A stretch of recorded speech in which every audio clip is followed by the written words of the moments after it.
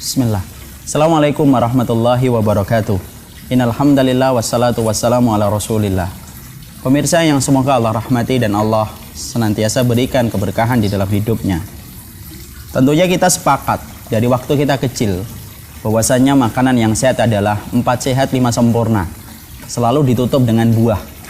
Bahwasanya ketika kita di waktu kecil selalu dikondisikan oleh para dokter, orang-orang yang ahli kesehatan, setelah makan maka sesungguhnya kita makan buah. Buah itu adalah pisang ataupun rambutan ataupun sejenisnya. Karena sesungguhnya kata mereka itu adalah menyehatkan. Selama ini kita meyakini bertahun-tahun hal semacam itu. Tapi padahal kalau kita perhatikan di dalam sunnah, kita mendapati bahwasanya Rasulullah pun makan buah. Tapi diterangkan dalam kitab Mawsu'atul Adab Al-Islamiyah Al-Murattabah ala Hurufil Hijaiyah, sesungguhnya sunnahnya ketika makan buah, pisang ataupun yang lainnya, sunnahnya itu bukan ketika kita habis makan, tapi sunnahnya adalah sebelum makan, maka kemudian makanlah buah. Karena sesungguhnya para ulama salaf merujuk kepada metode Allah memberikan makanan kepada penduduk surga. Wa fakihatin mimma yatakhayyarun wa lahmi mimma yashtahun. Allah itu kalau memberikan makanan kepada penduduk surga, Allah dahulukan buah. Terhadap buah yang mereka inginkan, baru diberikan daging. Itulah yang menjadikan para ulama terdahulu mengikuti sunnah.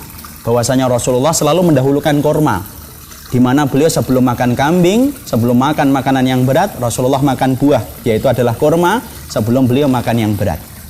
Disinilah kita faham, Masya Allah, hari ini para dokter kembali merevisi bahwasanya makan yang benar, buah itu bukan setelah makan, tapi sesungguhnya makan buah itu adalah sebelum kita makan.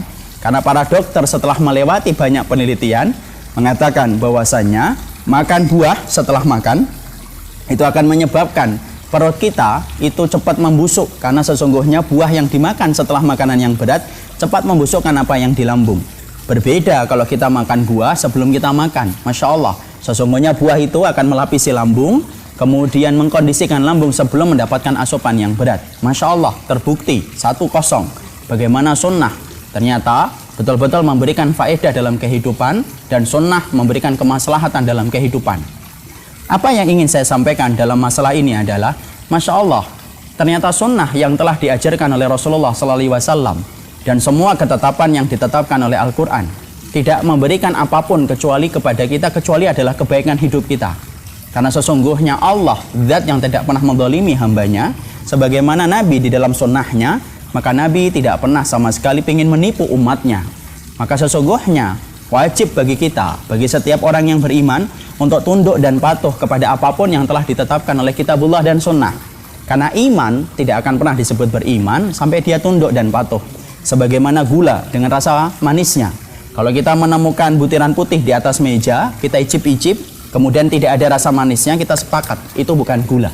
Tapi kalau kita menemukan butiran putih di atas meja, icip-icip, kemudian ada manisnya, kita akan mengatakan itu adalah gula. Kenapa itu disebut gula? Karena rasa manisnya. Sama pula dengan iman. Tidak akan pernah disebut itu beriman sampai dia tunduk dan patuh kepada setiap ketentuan sunnah yang telah ditetapkan oleh Rasulullah SAW. Perhatikan bagaimana sunnah satu persatu terbukti secara fakta dan data memberikan kemaslahatan dalam hidup kita.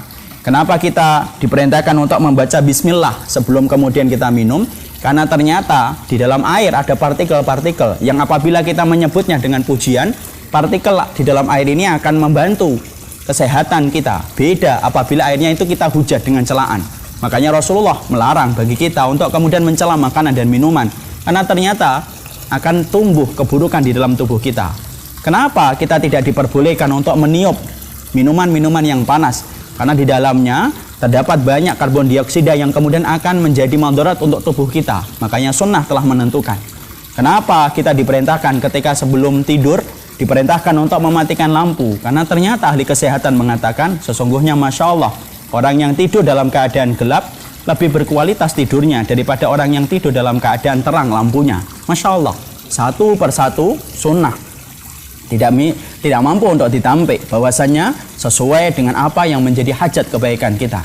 Disinilah diperlukan, kalau kamu sudah yakin bahwasanya Allah tidak mungkin menzalimimu, kalau kamu yakin bahwasanya Rasulmu tidak akan menipumu, maka tolong jadilah orang yang tunduk dan patuh. Jangan mengkritik sunnah, Karena sesungguhnya sunnah bukan tempat kritikan. Jangan mengkritik wahyu. Karena sesungguhnya wahyu ditetapkan oleh Allah yang alim, maha ilmu dalam segala apa yang ditetapkan oleh Allah. Karena sesungguhnya sunnah bukan channel televisi, yang mana kalau kita suka diambil, kalau tidak suka kita tinggalkan channelnya. Wahyu yang datang dari Allah bukan barang prasmanan, kalau kamu selera mengambilnya, kalau kamu tidak selera meninggalkannya. Tidak. Tapi sesungguhnya wahyu dan sunnah ditetapkan oleh Allah yang bersifat alim, maha ilmu kepada hambanya, ditetapkan oleh Nabi yang menyampaikan sesuatu dengan wahyu. Masya Allah, tidak mungkin menipu kita. Sesuaikan hidupmu dengan apa yang telah dicontohkan oleh Rasulullah SAW. Antum dan saya tidak akan ditanya kenapa kita berbeda dengan orang satu RT. Saya dan antum tidak akan ditanya bagaimana kemudian kita berbeda dengan orang satu kabupaten. Ana dan antum tidak akan ditanya kenapa kita berbeda dengan orang satu negara. Tapi ana dan antum akan dihisap oleh Allah ketika kita berbeda dengan satu orang, yaitu adalah Rasulullah Sallallahu Alaihi Wasallam. Ikutlah sunnah, bukan karena sunnah itu memberikan manfaat, tapi berikanlah sunnah karena jalan surgamu adalah mengikuti sunnah Rasulullah Sallallahu Alaihi Wasallam. Makanlah yang benar, buah dulu, minumlah yang benar dengan sunnah, tidurlah dengan yang sunnah, amalkan segala sesuatu dengan sunnah. Maka ketika kamu memerintah, perintahlah dengan sunnah. Apapun yang dikembalikan kepada sunnah. Bahagia hidupmu di dunia, maka bahagia pula kehidupanmu kelak di akhirat. Wa barakallahu fikum. Semoga Allah memberkati kita semuanya ketika meniti jalan sunnah. Jangan perhatikan siapapun, karena yang kita perhatikan hanyalah satu, Nabi yang telah diutus dalam kehidupan kita. Wassallallahu ala nabiyyina Muhammad walhamdulillahi rabbil alamin. Wassalamualaikum warahmatullahi wabarakatuh.